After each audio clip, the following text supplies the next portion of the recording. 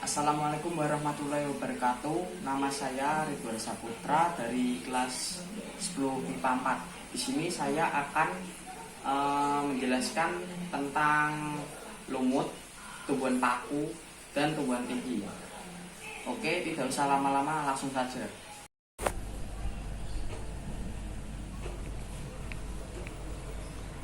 Lumut ini disebut lumut daun atau lumut sejati karena bentuk tubuhnya seperti tumbuhan kecil yang memiliki bagian akar, batang, dan daun. Lumut juga memiliki klasifikasi, yaitu Rhizome Plantae, Division Bryophyta, Rhasis Musci, Ordo Diales, Familia Polytrichaceae, genus Pogonatum, spesies Pogonatum sp.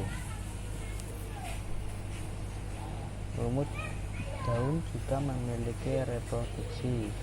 Alat-alat kelaminnya berkumpul pada ujung batang atau ujung cabang-cabangnya dan dikelilingi oleh daun-daun yang letaknya paling atas. Ada lumut daun yang bersifat berumah satu, yaitu jika terdapat Arteridium dan Archegonium, sedangkan yang bersifat berumah dua jika kumpulan Antheridium dan Archegonium terpisah tempatnya. Apabila Antheridium ini sudah masak, maka akan membuka pada ujungnya. Hal ini terjadi karena sel-sel dinding yang letaknya di ujung menjadi berlendir dan mengembang sehingga kutikulanya pecah. Hal tersebut juga terjadi pada Archegonium yang sel telurnya tengah siap untuk dibuahi. Pada Archegonium, tepi bagian dindingnya terbuka dan akan membengkok keluar dan berbentuk seperti corong.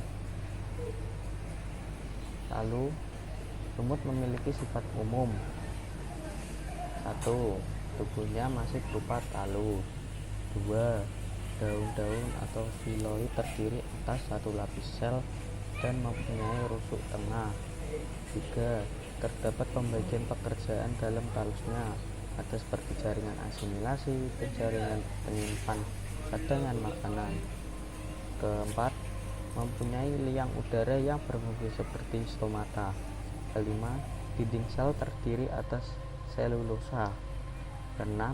Alat kelamin terdiri atas Antheridium atau jantan dan Archegonium betina. Lalu di sini ada tumbuhan paku yang namanya suplir. Nah, suplir tersebut memiliki klasifikasi ilmiah, yaitu kerajaan, Plantae, divisi Pteridophyta, kelas Pteridopsida, ordo Pteridales, familia Pteridaceae, genus Adiantum. Lalu semua jenisnya tumbuh sebagai ternak dengan rimpang atau rizoma yang menjalar lambat di media tumbuh.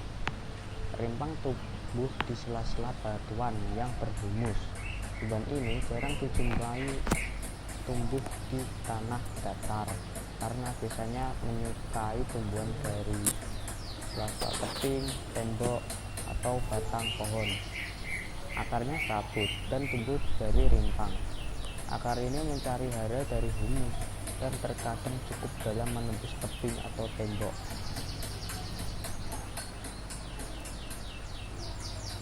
Lalu, tanaman ini memperbanyak diri secara generatif dengan spora yang terletak pada bagian tepi sisi bawah daun yang sudah dewasa. Selain itu, perbanyakan vegetatif mungkin dilakukan ketika rimpangnya sudah cukup besar sehingga bisa dipecah menjadi 2 atau 3 bagian. Ada sebanyak lebih dari 200 jenis Adiantum yang menyebar di seluruh dunia. Dalam klasifikasi yang klasik, berdasarkan sebaran geografis, anggota-anggota Adiantum dimasukkan dalam suku Adiantaceae. Rangkaian penelitian mengenai Pteridaceae menggunakan sekuens DNA dari plastis menunjukkan indikasi bahwa adiantum spp tidak sepenuhnya terpisah dari jenis-jenis Pitarioid anggota Pteridaceae. Suplir ini tidak memiliki nilai ekonomi penting selain sebagai tanaman hias yang bisa ditanam di dalam ataupun di luar ruang. Tumbuhan ini tidak tahan penyinaran matahari secara langsung. Suplir menyukai media tumbuh yang gembur, kaya bahan organik, dan selalu lembab, namun tidak toleran terhadap genangan. Pemupukan dengan kadar nitrogen lebih tinggi disukainya. Pembentukan spora memerlukan tambahan fosfor dan kalium.